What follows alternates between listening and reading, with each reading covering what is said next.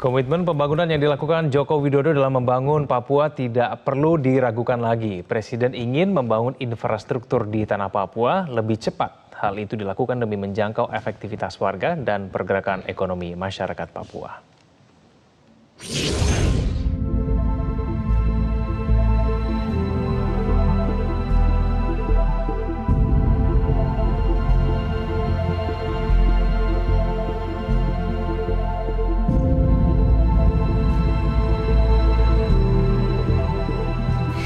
Selama menjabat menjadi presiden, Joko Widodo sudah 15 kali mengunjungi tanah Papua. Hal itu dilakukan lantaran Presiden Jokowi ingin memastikan percepatan pembangunan Papua dilakukan sesuai program yang dibuat oleh Presiden.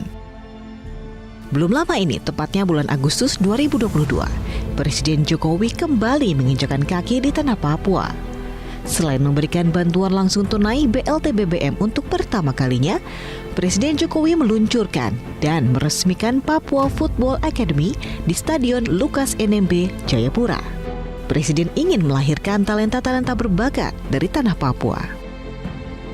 Komitmen Presiden Jokowi untuk membangun tanah Papua tidak perlu diragukan lagi. Papua merupakan salah satu daerah yang menjadi titik fokus pembangunan. Berbagai infrastruktur dihadirkan sebagai langkah nyata memperkuat perekonomian masyarakat Papua.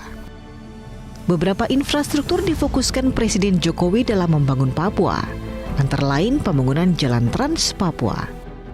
Proyek pembangunan Jalan Trans Papua membentang dari Provinsi Papua Barat hingga Provinsi Papua, dari Kota Sorong hingga Merauke.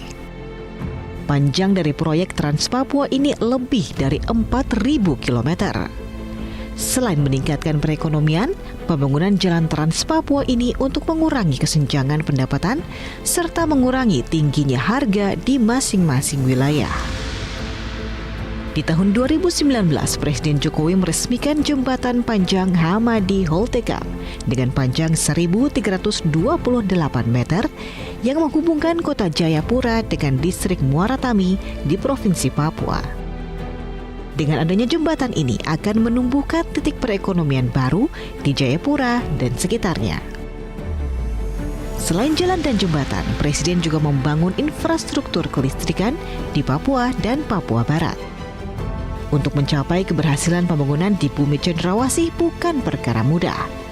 Banyak hambatan dan tantangan yang menghadang dalam pelaksanaan di lapangan.